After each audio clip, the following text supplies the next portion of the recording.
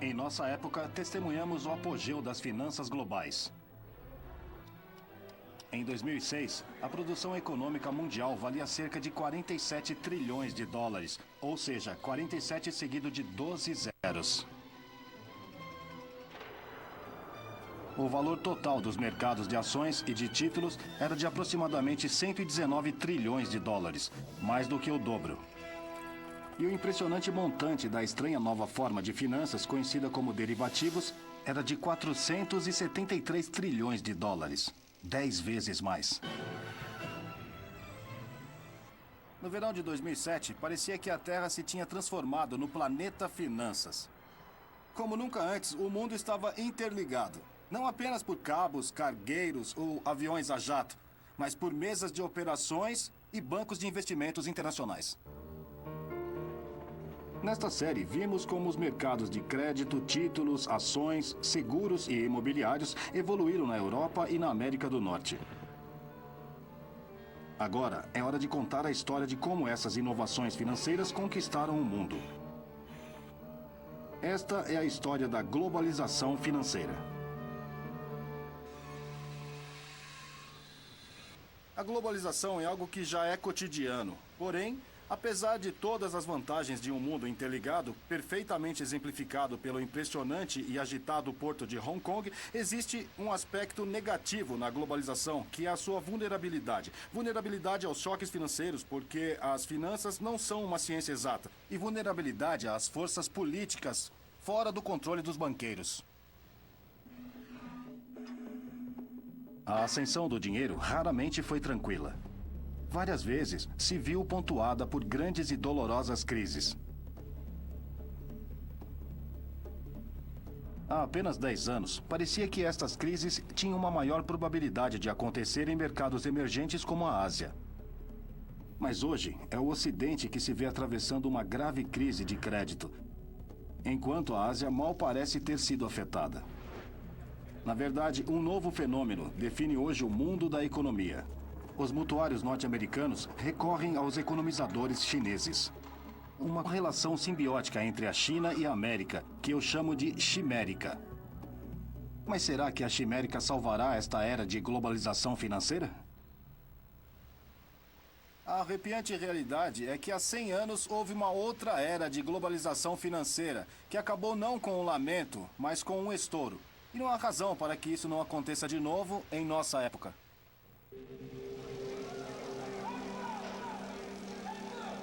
A ascensão do dinheiro. Chimérica.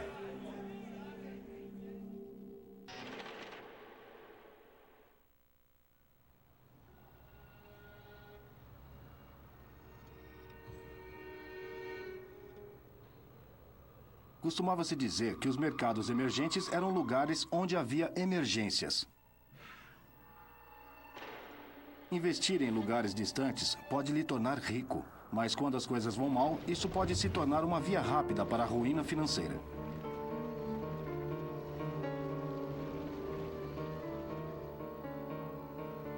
É por isso que muitos dos mercados emergentes de hoje, aparentemente imparáveis, são na verdade mercados reemergentes.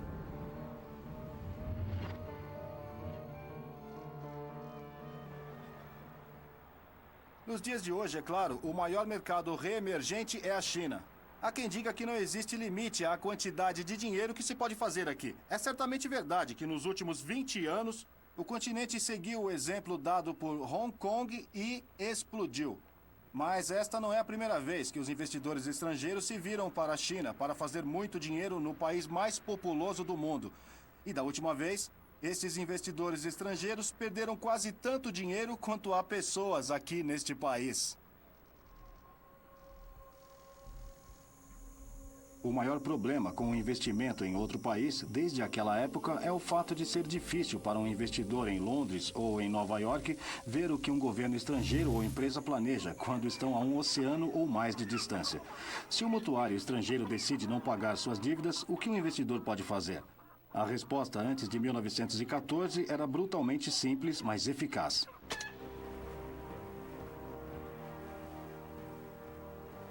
Fazer o governo acionar a Marinha. Ou garantir o controle político europeu. A diplomacia das canhoneiras dava segurança aos investidores britânicos, mesmo nas extremidades mais remotas da economia mundial.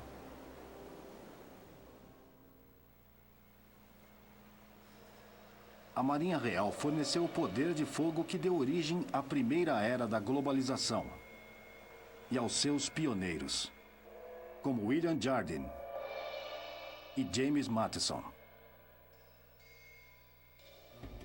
Jardine e Matheson eram corsários escoceses que fundaram uma companhia comercial no porto chinês do Cantão em 1832.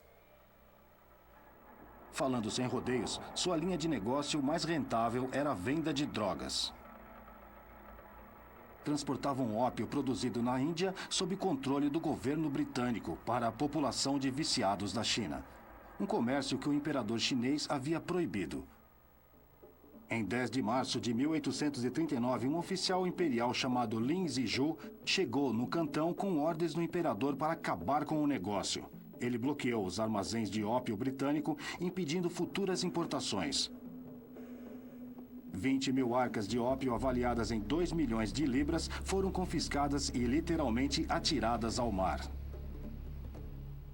Encarando perdas catastróficas, Jardine voltou para Londres para pressionar o governo britânico a enviar navios de guerra. Jardine teve seu pedido atendido. Em 23 de agosto de 1840, navios de guerra britânicos chegaram aqui na ilha de Hong Kong. O Império Qing estava prestes a sentir todo o poder do narco-estado mais bem-sucedido da história.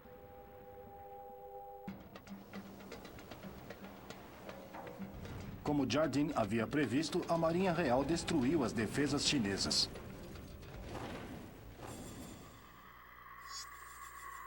Com o sudoeste chinês sob controle britânico, o comércio de ópio era feito livremente. O vício na droga se espalhou. Grandes regiões do país partiram para a rebelião e anarquia. Mas para Jardine e Matheson, com a sua sede então estabelecida em Hong Kong, os dias de glória da globalização vitoriana haviam chegado.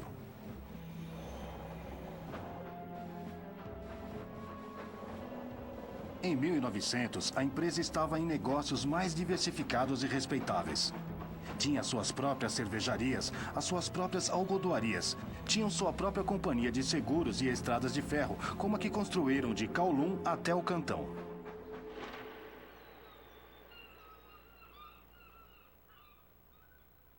Em 1913, um investidor em Londres tinha um leque extraordinário de oportunidades no estrangeiro, e nada ilustra isso melhor do que os livros contábeis da M.N. Rothschild & Son.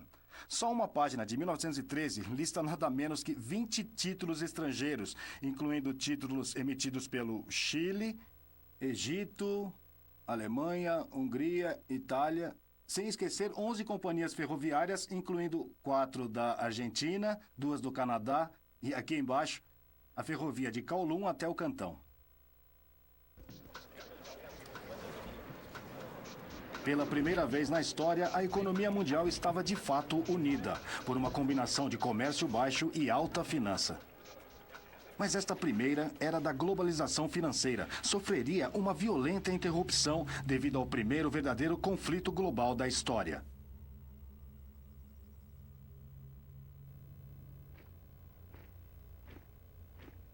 Em 28 de junho de 1914, o herdeiro do trono austríaco, o arquiduque Franz Ferdinand, foi assassinado na capital da Bósnia, Sarajevo. Inicialmente, os mercados financeiros reagiram com indiferença. Era só mais um episódio sangrento nos Balcãs. Na realidade, o assassinato havia provocado uma reação em cadeia nos mercados financeiros mundiais. Enquanto os investidores percebiam tardiamente a possibilidade de uma guerra europeia em grande escala, a liquidez, a capacidade de emprestar dinheiro ou de vender ativos, foi sugada do mundo econômico, como se tivessem tirado a tampa do ralo da banheira. A consequente ruptura nas finanças internacionais acabou com a globalização. É absolutamente fascinante seguir a deflagração da primeira grande guerra nas páginas financeiras do London Times.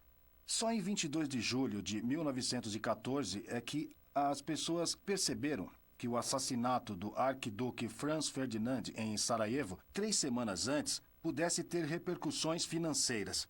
Apenas 10 dias depois, em 1º de agosto de 1914, o The Times teve que anunciar o encerramento da Bolsa de Valores, que ficou fechada até 4 de janeiro de 1915. Por que os investidores estavam tão aparentemente alheios ao Armagedon poucos dias antes do início da Guerra Mundial? A resposta é que a combinação de inovação financeira e integração global fez com que o mundo parecesse tranquilizadoramente seguro.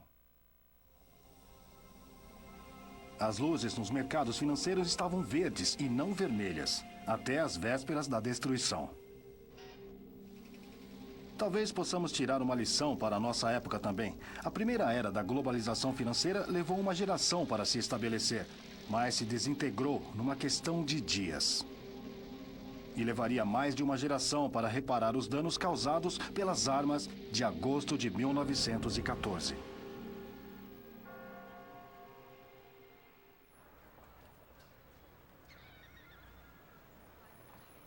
A Primeira Guerra Mundial colocou um fim na primeira era da globalização. Até final da década de 1960, as finanças internacionais hibernaram. Alguns a consideravam morta. Em 1944, os quase vitoriosos aliados se reuniram para planejar uma nova arquitetura financeira para o mundo. O comércio seria liberalizado, mas os movimentos de capital estariam sujeitos a leis muito restritas. Quando o dinheiro cruzasse as fronteiras nacionais, passaria de governo para governo.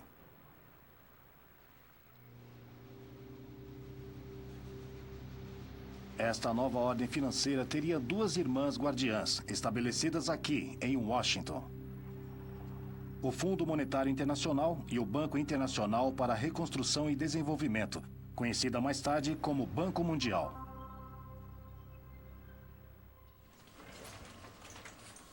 Mas na época de 1970, vastas somas de dinheiro estavam sendo acumuladas pelos exportadores de petróleo do Oriente Médio. Com os banqueiros ocidentais desesperados para reinvestir o dinheiro em empréstimos, as irmãs guardiãs baixaram a guarda. A globalização financeira renascia. A região que os bancos escolheram para emprestar os petrodólares parecia prometer os melhores retornos, mas não era a primeira vez na história financeira que também apresentava os maiores riscos. Em 7 anos, a América Latina quadriplicou seus empréstimos estrangeiros para mais de 315 bilhões de dólares. Então, em 1982, o México declarou que não conseguiria mais continuar pagando sua dívida. Logo, todo o continente se encontrava à beira da falência. Mas há muito tempo, os investidores já não podiam esperar que seus governos enviassem uma canhoneira para recuperar o dinheiro quando os mutuários estrangeiros se comportavam mal. Agora, a responsabilidade desse tipo de crises recaía sobre o FMI e o Banco Mundial. Não tinham canhoneiras, mas em troca de novos empréstimos, podiam insistir que os governos da América Latina adotassem dolorosos programas de ajustes estruturais, impondo disciplina fiscal. Para os economistas americanos, estes programas faziam todo o sentido. Mas nem todos estavam de acordo. Para o crescente coro de críticas contra as finanças globais, as 2 irmãs guardiãs da ordem do pós-guerra estavam sendo transformadas em mercenários econômicos.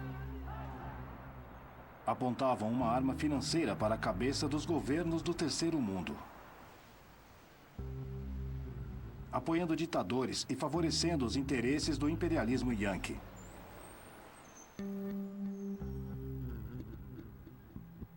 E pobre daqueles que resistissem ao seu punho de ferro. Teorias de conspiração surgiram no movimento anti-globalização. De acordo com uma dessas teorias, 2 líderes latino-americanos, Jaime Rodos, do Equador, e Omar Torrijos, do Panamá, foram assassinados por resistirem às exigências do imperialismo americano. Mas há uma coisa na história do complô entre o Banco Mundial e o FMI contra os líderes do terceiro mundo que não faz muito sentido. Afinal, os Estados Unidos não emprestaram tanto dinheiro assim ao Equador ou ao Panamá. Nos anos 70, totalizaram apenas 0,4% das concessões e empréstimos dos Estados Unidos. E não eram grandes clientes dos Estados Unidos. E, veja bem, menos de 0,4% do total de exportações norte-americanas. Eles não me parecem números pelos quais vale a pena matar. Para dizer o mínimo, a ideia de assassinatos patrocinados pelo FMI é exagerada. Contudo, esta nova fase na história da globalização viu o surgimento de um novo e mais plausível tipo de mercenário econômico. Armado com uma arma financeiramente letal, o fundo de cobertura. Os homens que geriam os fundos de cobertura intimidavam muito mais. Precisamente por não terem que recorrer à violência para conseguir o que queriam. A sua distinta contribuição para a globalização a fez acelerar. Enquanto o Banco Mundial empresta dinheiro a países por um período de anos, os fundos de cobertura tendem a investir o seu dinheiro durante poucas semanas, ou mesmo dias. O grão-mestre do novo mercenário econômico foi George Soros. Judeu-húngaro de nascimento, mas educado em Londres e morando em Nova York, Soros trouxe para as finanças globais uma nova teoria de comportamento econômico, que destacava a falibilidade da natureza humana e a instabilidade dos mercados financeiros. Nossas ações terão consequências inesperadas, então o resultado não corresponderá às nossas expectativas. É assim que os negócios humanos funcionam em geral. De acordo com a teoria da reflexibilidade de Soros, os mercados financeiros não podem ser perfeitamente eficientes, muito menos racionais, pela simples razão de que os preços não são um mero reflexo da ignorância e tendências, muitas vezes totalmente irracionais, de milhões de investidores. Aos olhos de Soros, os mercados são condenados ao passar por ciclos de altos e baixos, como o temperamento humano está sujeito a surtos de euforia e desânimo.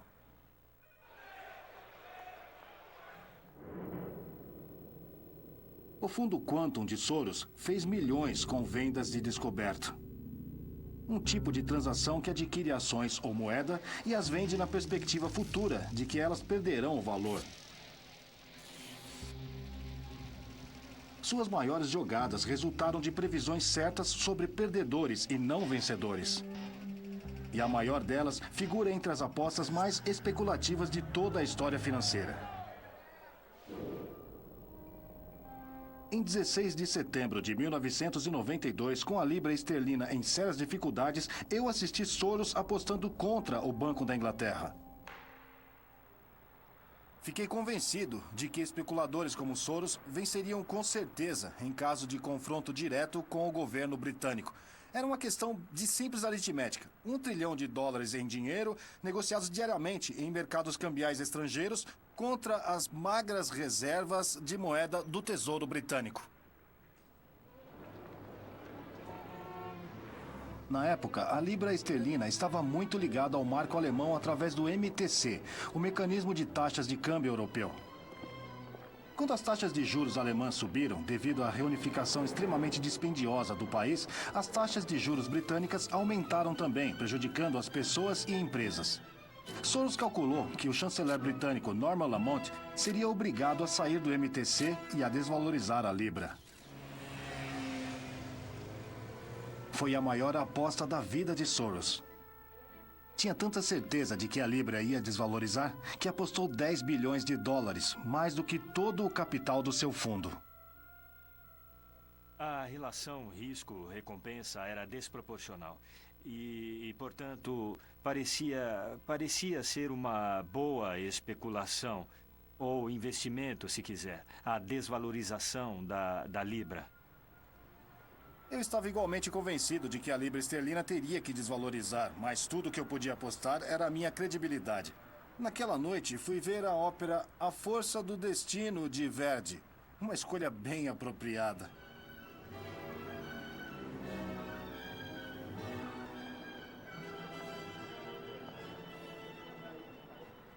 No intervalo, anunciaram que o chanceler Norman Lamont tinha aparecido ali, no átrio do prédio do Tesouro, para dizer que a Inglaterra iria se retirar do MTC, como nós torcíamos. O dia de hoje foi extremamente difícil e conturbado. Há enormes fluxos especulativos que perturbam o funcionamento do mecanismo de taxas de câmbio. Soros fez $1 bilhão naquele dia. E aquilo foi só 40% dos lucros anuais do seu fundo. Sentiu uma sensação de triunfo quando a sua profecia se concretizou e a aposta deu tanto retorno? É claro. Foi quando nós apostamos e ganhamos. Naturalmente, você tem a satisfação, mas também o lucro.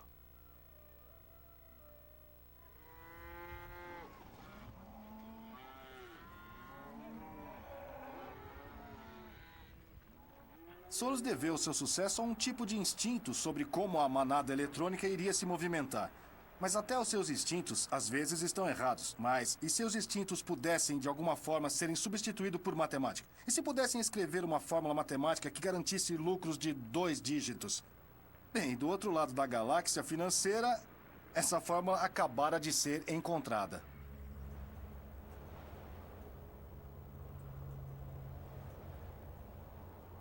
À medida que a nova era da globalização aumentava as trocas comerciais e crescimento, também aumentava a vulnerabilidade da economia mundial aos choques financeiros que poderiam se espalhar rapidamente aos 4 cantos do globo. Mas e se vivêssemos num tipo de planeta completamente diferente? Um planeta sem todos os atritos complicados provocados por seres humanos subjetivos e por vezes irracionais. Um planeta onde as pessoas absorvessem instantaneamente toda a nova informação e a utilizassem para maximizar os lucros. Onde, entre a turbulência da vida cotidiana, tudo fosse calmo e previsível.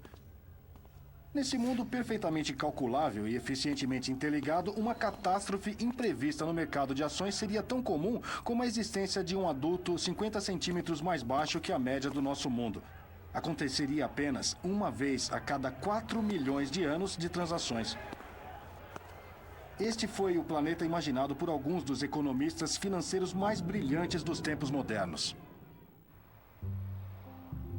E assim é como o planeta dele seria.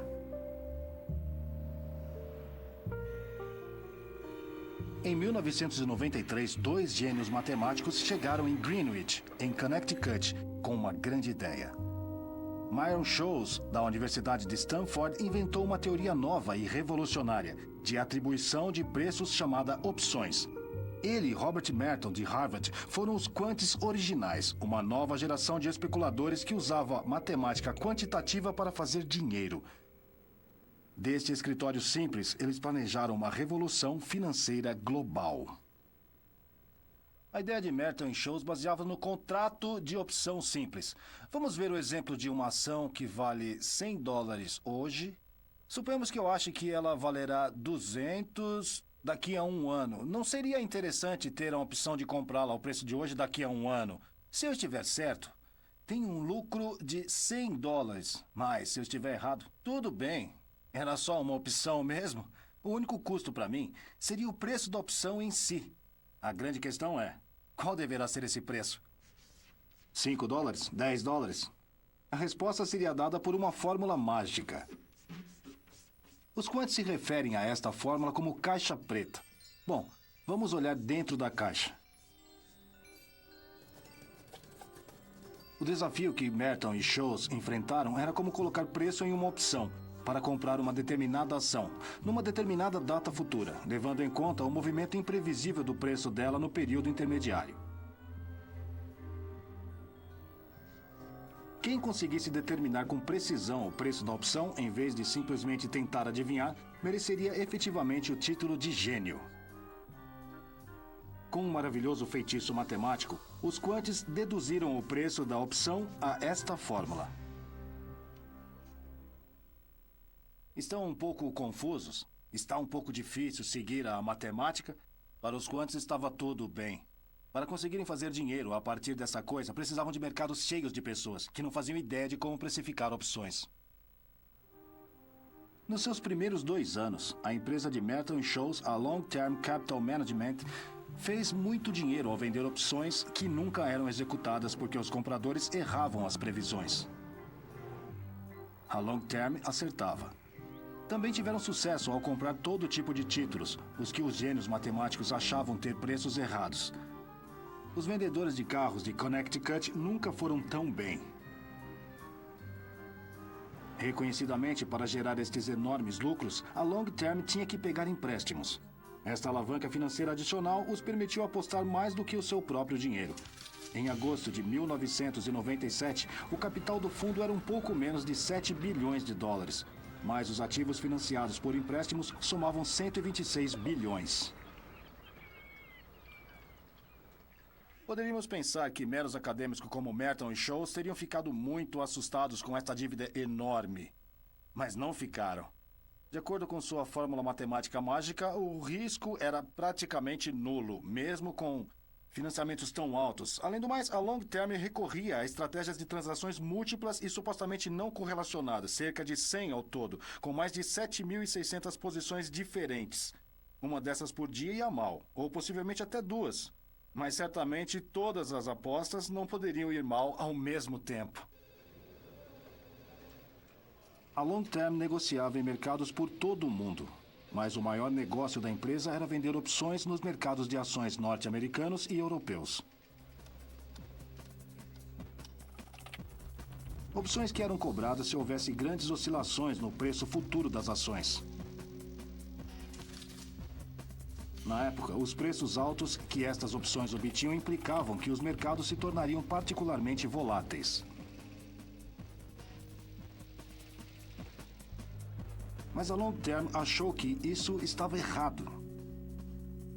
De acordo com seus cálculos, a volatilidade dos mercados iria diminuir. Isso significava que a possibilidade dos investidores ativarem suas opções também seria baixa. Então a Long Term fez uma grande pilha de opções e as vendeu abaixo do preço. Parece arriscado. Eles calcularam que o risco de fracasso era 1 em 10 elevado a 24. Em outras palavras, praticamente nulo. Era como se estivessem realmente em outro planeta, longe dos mundanos altos e baixos dos mercados terrestres. Em outubro de 1997, parecendo provar que a Long Term era realmente o maior fundo de cérebros, Merton e Scholes receberam o Prêmio Nobel de Economia.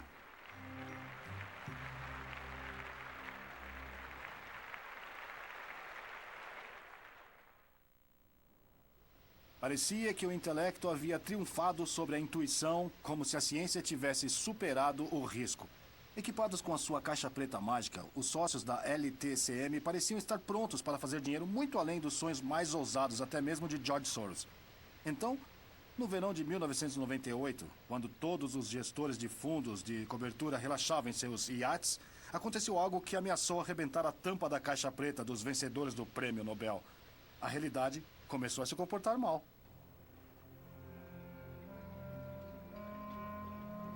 Na evolução, as grandes extinções tendem a ser causadas por choques externos, como um asteroide que atinge a Terra.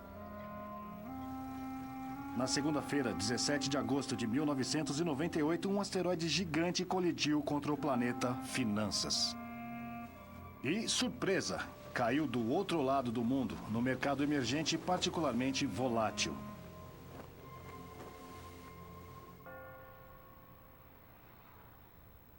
Enfraquecido pela agitação política com o declínio das receitas do petróleo e privatização mal gerida, o frágil sistema financeiro russo entrou em colapso. Um desesperado governo russo foi levado a não pagar suas dívidas, alimentando as labaredas da volatilidade em todo o sistema financeiro mundial. Os mercados de ações caíram. Lembram-se de todas aquelas opções de baixo custo que a Long Term havia vendido, baseada na previsão de uma baixa volatilidade no mercado de ações? Aquelas que eles pensavam que ninguém iria executar? Foram executadas. Os quantes previram que a Long Term dificilmente perderia mais de 35 milhões de dólares num só dia. Na sexta-feira, 21 de agosto, o fundo perdeu 550 milhões de dólares, 15% de todo o seu capital. Agora, isso, de acordo com os modelos de risco da Long Term, era praticamente impossível. Os corretores de Connecticut olhavam de queixo caído e olhos virados para suas telas. Não podia estar acontecendo, mas estava.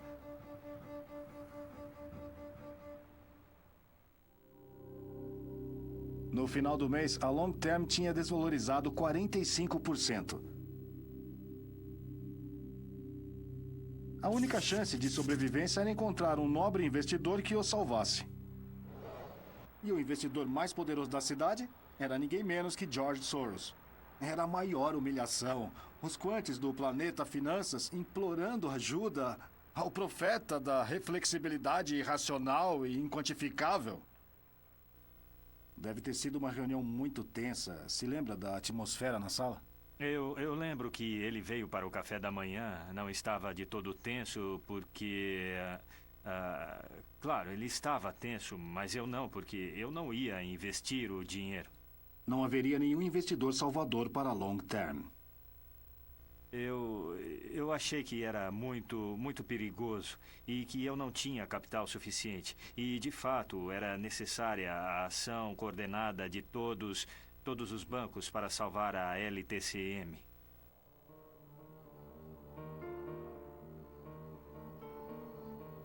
E foi precisamente isso que aconteceu. Temendo que o fracasso da Long Term pudesse desencadear um colapso financeiro generalizado, o Federal Reserve de Nova York negociou rapidamente um resgate de vários bilhões de dólares, com dinheiro de 14 bancos de Wall Street. Mas o que tinha acontecido? Por que Soros tão certo e os gênios da Long Term tão errados? Em primeiro lugar, o planeta Finanças não era assim tão lógico. Ainda era o bom e velho planeta Terra, habitado por seres humanos emocionais com uma mentalidade de manada. Houve, porém, uma outra razão para o fracasso da Long Term.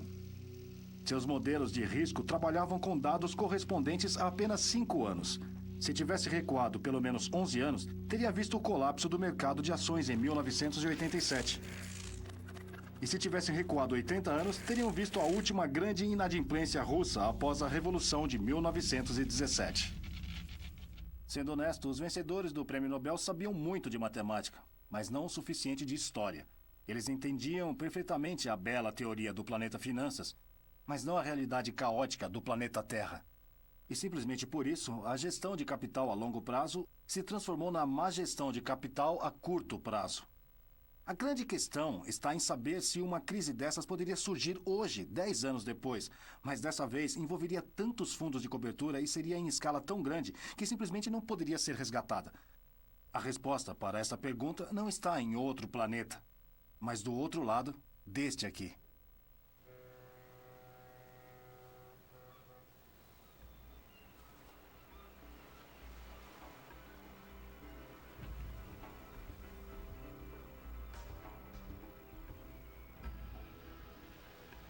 Para alguns, a história financeira são águas passadas, história antiga como a história da China Imperial.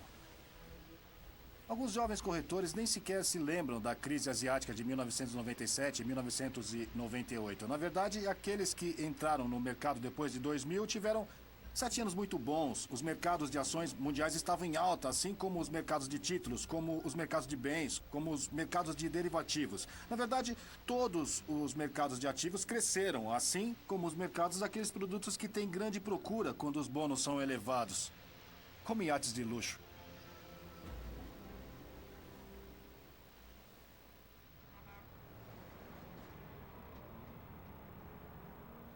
Mas estes anos de crescimento também foram anos de mistério, já que os mercados cresceram em época de subida de taxas de juros a curto prazo, desequilíbrios comerciais claros e o aumento do risco político.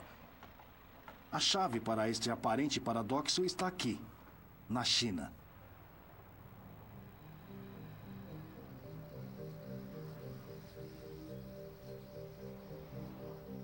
Chongqing, nas margens do imponente rio Yangtze, está situada no coração do Reino Médio, a mais de 1.600 quilômetros das zonas costeiras que a maioria dos ocidentais visitam.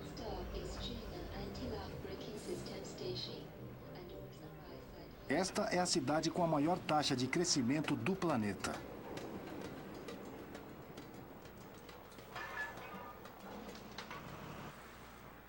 Viajei o mundo todo para filmar esta série e devo dizer que nunca vi nada assim. Bem-vindos a Chongqing, a cidade de crescimento mais rápida do mundo. É o paraíso da construção. Se olharem para lá, no meio da neblina, conseguirão ver uma das 30 pontes que estão sendo construídas. E para lá, uma das 10 linhas de trem. Em toda a minha volta havia antes plantações, até 6 meses antes, quando começaram a construir literalmente milhões de metros quadrados de novos espaços para escritórios. O objetivo é transformar Chongqing na capital financeira da China Ocidental. Se continuarem nesse ritmo, logo serão a capital financeira do mundo.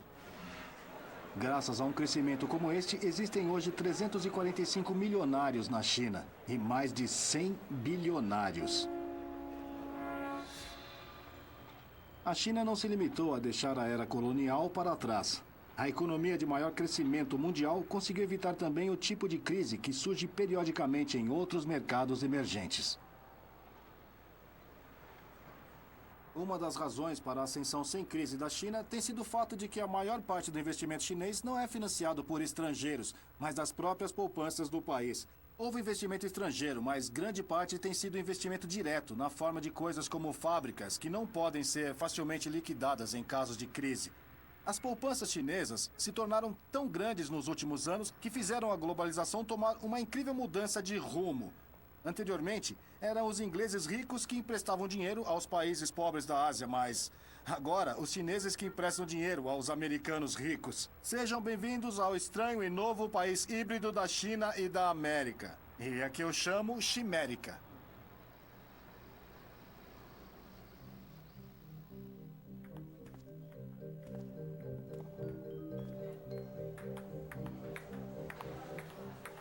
Este lugar extraordinário é a Bolsa de Valores do Sudoeste. O lugar onde centenas de habitantes de Chongqing vêm para almoçar, jogar ping-pong e investir, ou será apostar suas poupanças no mercado de ações. É isto que define a economia chinesa de hoje. Cada vez mais define a economia mundial. Investidores chineses tentando decidir o que fazer com as suas abundantes poupanças. Após anos de instabilidade, as famílias chinesas poupam uma proporção bem alta dos seus cada vez mais altos rendimentos, contrastando com os americanos, que hoje em dia não conseguem poupar nada.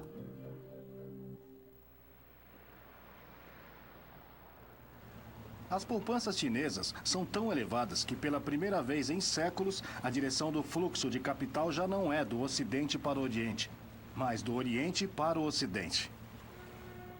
E é um fluxo grande.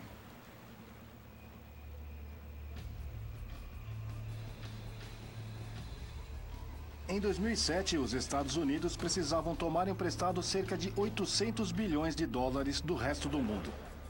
São mais de 4 bilhões de dólares por cada dia útil. A China, por outro lado, tinha um excedente de conta corrente equivalente a mais de 1/4 do déficit dos Estados Unidos. E uma proporção incrivelmente elevada desse excedente acabou sendo emprestada aos Estados Unidos. Na realidade, a República Popular da China tinha se tornado o banqueiro dos Estados Unidos da América.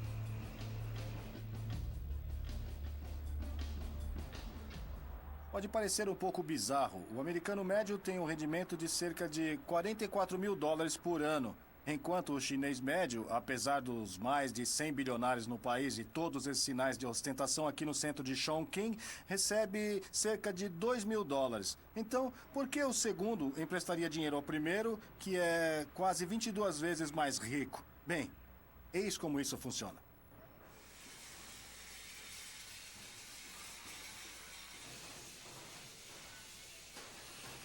Até recentemente, do ponto de vista da China, a melhor forma de empregar a sua vasta população era através da exportação de produtos manufaturados para o insaciável consumidor norte-americano. Para assegurar que essas exportações eram irresistivelmente baratas, a China teve que travar o fortalecimento da sua moeda em relação ao dólar, comprando literalmente bilhões de dólares nos mercados mundiais. E até recentemente, isto parecia beneficiar os Estados Unidos também.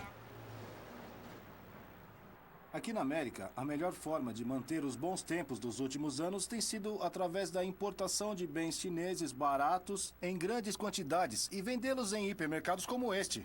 Para empresas como Walmart, o outsourcing para a China tem sido uma forma de colher grandes lucros graças à mão de obra barata.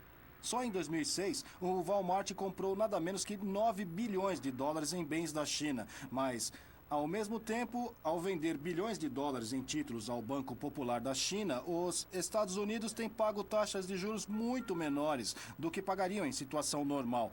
É o que chamam na escola da economia de situação em que todos ganham.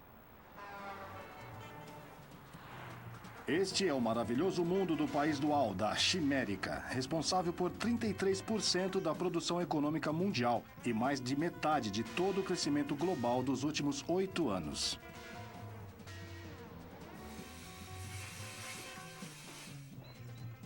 A Chimérica parecia um casamento celestial. Os chimericanos do leste poupavam e os chimericanos do oeste gastavam. Mas havia um porém. Quanto mais a China estava disposta a emprestar aos Estados Unidos, mais os americanos estavam dispostos a tomar. Chimérica, em outras palavras, foi a causa da inundação de novos empréstimos bancários, emissão de títulos e contratos de derivativos que invadiram o planeta finanças depois do ano 2000. Por sua vez, foi por esse motivo que o mercado hipotecário americano tinha tanto dinheiro em 2006, a ponto dos créditos subprime serem concedidos a pessoas sem rendimentos. Compramos casas, sem emprego e sem ativos. À venda. Ninjas. Disponível. Preço reduzido. Adiantamento de salário. Não é como se a crise nos créditos subprime de 2007 tivesse sido difícil de prever. Meses antes de estourar, estive no Tennessee e no Michigan para ver pessoalmente o número de famílias pobres que deixavam de pagar suas hipotecas e ficavam sem casa. Muito mais difícil de prever foi como um pequeno tremor no mercado imobiliário doméstico norte-americano iria causar um terremoto financeiro em todo o mundo. Poucas pessoas previram que a inadimplência nas hipotecas subprime enviaria uma onda de choque por todo o mundo que causaria a primeira corrida bancária a um banco britânico desde 1866, tendo que ser nacionalizado, ou que um dos maiores nomes do investimento norte-americano, Lehman Brothers, iria falir. Poucas pessoas viram que, à medida que outros bancos começavam a registrar centenas de bilhões em perdas, os empréstimos interbancários iriam simplesmente parar, levando o Tesouro dos Estados Unidos a propor uma injeção de 700 bilhões de dólares em todo o sistema financeiro.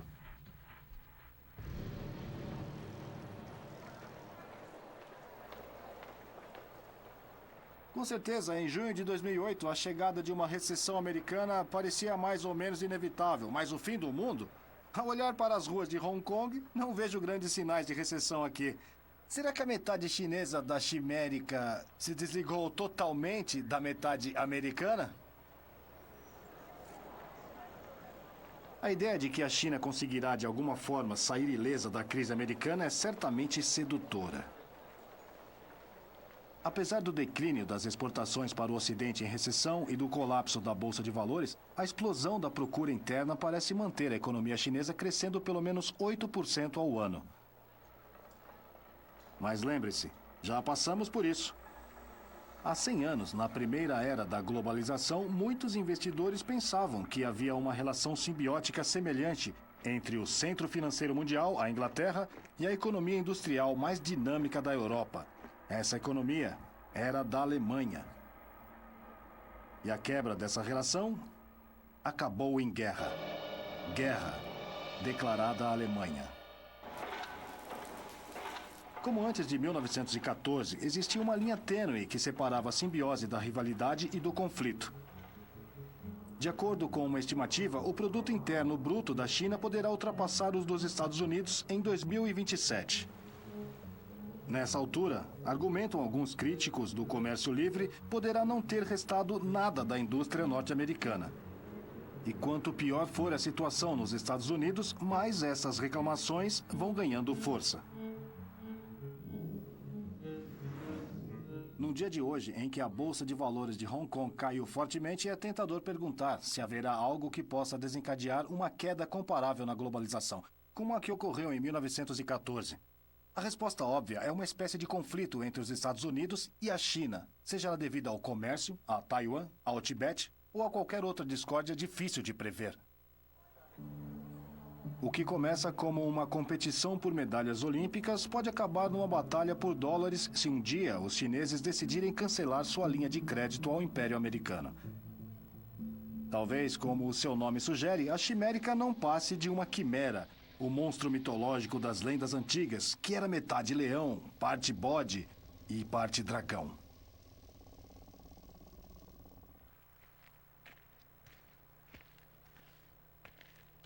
Um conflito entre China e Estados Unidos pode parecer pouco plausível, mas um dos pontos chaves dessa série é o de que as verdadeiras grandes crises aparecem raramente, por isso não fazem parte da memória viva das pessoas que geram hoje as empresas, os bancos e os fundos.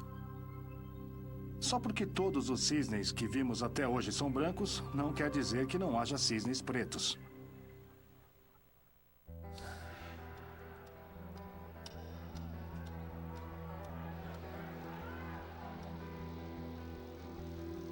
O mundo financeiro atual é resultado de 4 milênios de evolução econômica.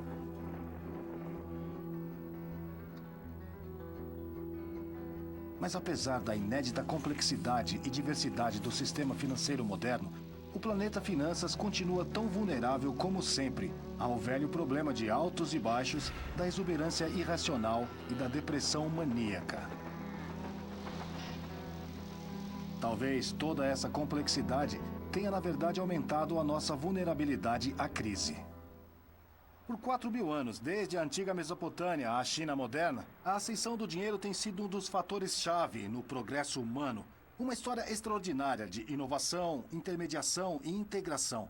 Mais do que qualquer outra coisa, tem levado as pessoas a escaparem da trabalhosa agricultura de subsistência. Mas o planeta Finanças nunca poderá escapar da força gravitacional do planeta Terra.